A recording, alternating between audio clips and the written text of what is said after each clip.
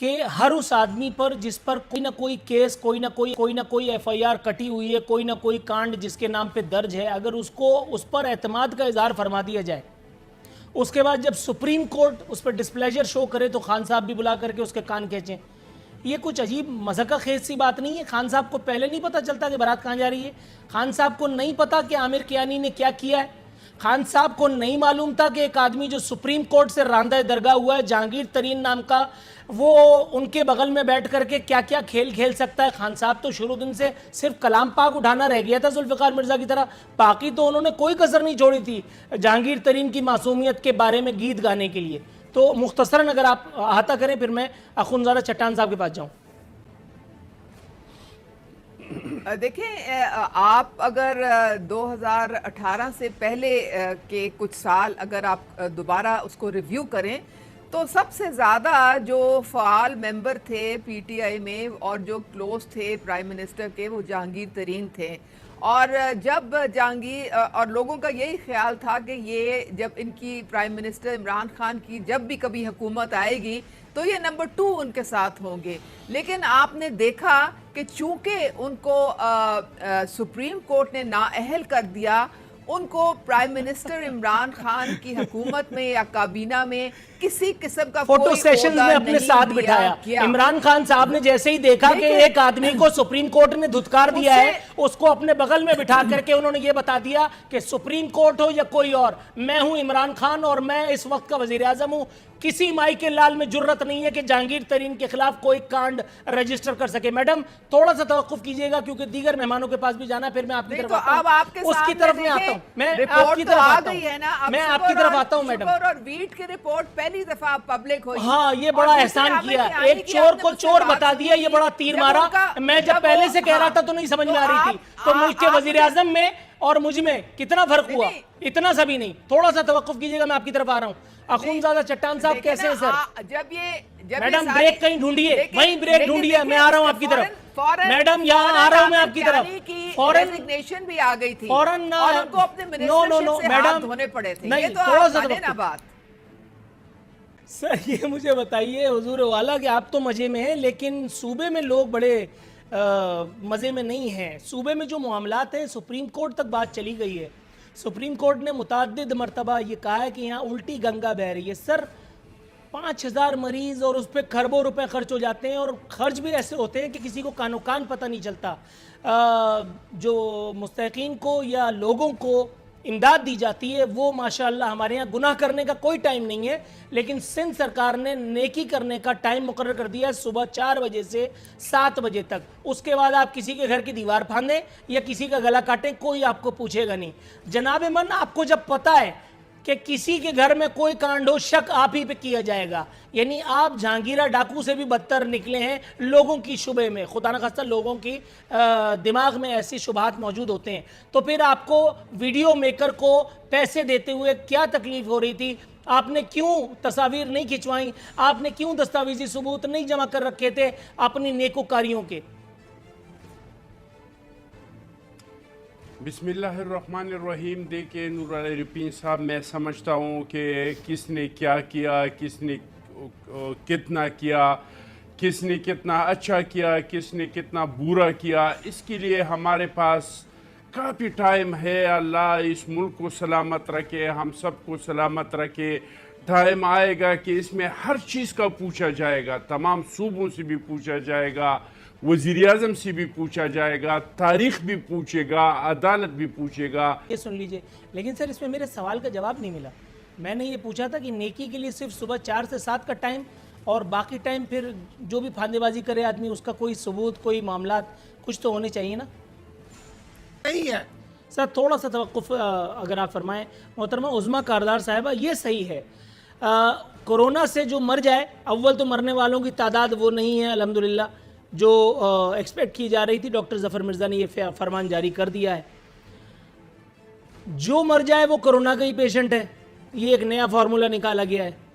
दूसरी बात, कोरोना करते करते हम यहाँ पे आकर के पहुँच गए हैं। डॉक्टर्स को एक नया मामला हमने किया है, जो मर जाए उसको शहीद कहो और उसके बाद तदफीन नहीं करो। माज़अल्लाह, तौबा इस्तग़फ़ार, जुमला कहते हुए भी हया आती है, लेकिन इसके अलावा चारा कोई नहीं है कि तदफीन के बजाय जिस्म को ज़मीन में गाड़ दो। ये कौन सा नया चलन है इस नाम नेहाद रियासत मदीना में? शहीद कह करके लाशों की तौहीन की जा रही है। दूसरा, डॉक्टर्स को चने की झाड़ पे चढ़ाया और हिफाजती सामान नाम की उनके पास कोई चीज़ नहीं। अगर वो हिफाजती सामान के मुतकाजी होते हैं तो उन पर डंडे बरसाए जाते हैं। कोई ऐसी दलील दीजिए कि आदमी नाच जाए, उसको मज़ा आ जाए। मुख्तसरन यादें माजी अजाब है यार। अब चलो, ये 70 young साल का doctors FIR को खुलने वाली जितने है। डंडे हाँ, 70 नून साल लीग में ने होते हैं। मारे, मैं भी उन डंडे खाने वालों में शामिल हूँ उनके साथ। वो तो बाद में लड़ अच्छा, लिएगा ना, आप शुरू मेरे में, सवाल पे आ जाइए। हमारे पास शुरू देखें, अब आप कोरोना पे वापस आ जाएं। देखें, ये जो आपने बड़ा इम्पोर्टेंट नुक्ता जो है ना, ये इसमें समझने की एक बात है। फैसल ईदी जो थे, वो उनका स्टेटमेंट आपको याद होगा कि हमने अपना सर्द खाने जो थे वो बंद कर दिए क्योंकि इतनी हमारे पास लाशें आ रही थी, हमें ये नहीं पता लग रहा था कि कोरोना की कौन सी है और दूसरी मौत, नेचुरल मौत कौन सी है। और हमें समझ मैं नहीं ऑन आ रही एयर थी कह कि रहा दफन हूं, किस तरह करना मैं है। ऑन एयर कह रहा हूं कि ये इससे बड़ा झूठ इस सदी में बोला नहीं गया और हुकूमतों की ताईद हासिल थी। फैसल ईदी फी सबीलिल्लाह ये झूठ नहीं बोल रहा था। 2.5 करोड़ की आबादी में 300 से ज्यादा पुरस्कार अमवात का दावा वजीर आला सिंध करते हैं। 2.5 करोड़ की आबादी के शहर में 300 से ज्यादा अगर अमवात हो जाती है तो ये कौन सी बड़ी बात है? दूसरी बात, फैसल ईदी कह रहे हैं कि मैडम एक सेकंड, ये आपने अभी मैंने बात आपने जिस जगह से बात शुरू की मुझे वही से इख्तिलाफ है। काइंडली मेरा पॉइंट खत्म होने दें ना। मेरा पॉइंट अब खत्म। मेरा पॉइंट ये है कि जब कोरोना से किसी की डेथ होती है तो जो भी दफनाने वाला उसको नहलाएगा या उसको कफन पहनाएगा या उसको तदफीन करेगा, वो वायरस जो है वो उसके ऊपर no ma'am, big no, big no, और वो बिग नो। एक्सपर्ट्स की राय इस पर आ चुकी है कि मौत के बाद कोई किसी किस्म का वायरस बाकी नहीं रहता। बात है मौत के बाद, ये मैं घर से कह रहा हूं नहीं, लेकिन ये कोरोना वायरस जो है वो वहां से ट्रांसफर हो सकता है। ये कोरोना के नाम की फिल्म जो दिखाई जा रही है, इस पर शक उसी वक्त पड़ जाता है जब थर में भूख से मरने वाले बच्चों पर इत्मीनान से हाथ पर हाथ धरे बैठे रहने वाली पीपल्स पार्टी सरकार अचानक अंगड़ाई लेकर के खड़ी हो जाती है। कुत्तों के कांटे का जिस हुकूमत को कोई परवाह नहीं होती, एक स्टोरी इस हवाले से कल मैं इंशाअल्लाह ताला करने वाला हूँ, वो शर्ते ज़िंदगी, वो एक ऐसे मर्ज पर काबू पाने के लिए फुदक रही है जिस पर अंग्रेज काबू नहीं पा सका। जनाब मन, कुछ तो ये बताइए, फिर वो जो शक और शुबे की बाल्टियां उंडेली गई इस एक मामले पर, वजीर आजम के गैर मुकर्रर करदा PRO, एक नाम नेहाद जय्यद सहाफ़ी जो झूठ बोलने में अपना मलका नहीं रखते, उन्होंने बताया 60,000 केस, 61,000 केसेस जो हैं उनको टेस्टिंग उसमें की गई और 5 लाख लोग मुतासिरा नजर आए। बलूचिस्तान हुकूमत के तर्जुमान, नाम इस वक्त मैं उनका भूल रहा हूँ, लियाकत शाहवानी गालिबन, if I am not wrong, उन्होंने बताया कि 15 लोगों पर ट्राई की गई ये टेस्टिंग किट्स, जिसमें से 22 जो है वो पॉजिटिव थे। सर, झूठ को छुपाने के लिए फिर एक और झूठ बोलना पड़ता है जो आगे जाकर के मजीद हंसी मजाक का बायस बनता है। यही सारे मामलात, यही सारी चीज़ें इस एक सूरत हाल में आप नहीं देखते कि यहाँ पे भी इसका इम्प्लीमेंटेशन या इतलाक होता नजर आता है।